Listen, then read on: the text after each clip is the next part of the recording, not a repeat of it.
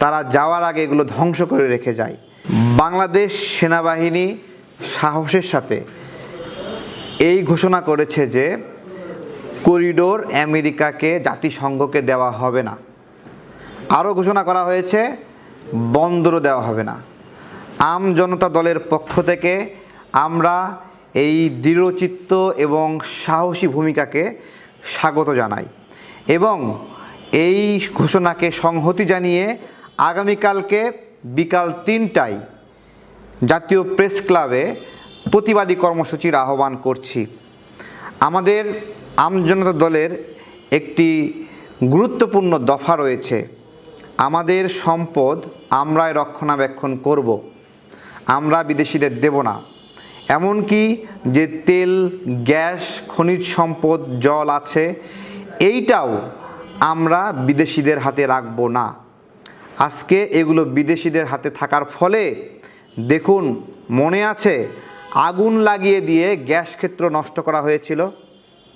আপনাদের মনে আছে আমাদের গ্যাস ফিল্ডগুলো কীভাবে বন্ধ করে দেওয়া হয়েছিল? তারা যাওয়ার আগে এগুলো ধ্বংস করে রেখে যায়।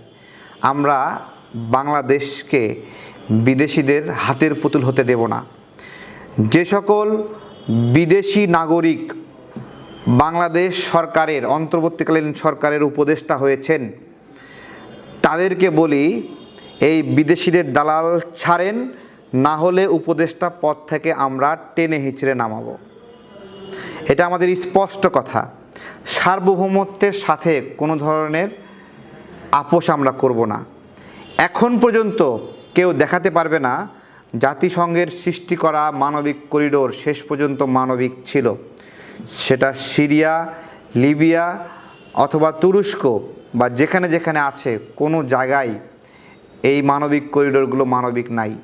আজকে মানবিক করিডোর দেব না এইটা যদি বলেন, আমেরিকা আর বন্দরের প্রতি আগ্রহ দেখাবে না।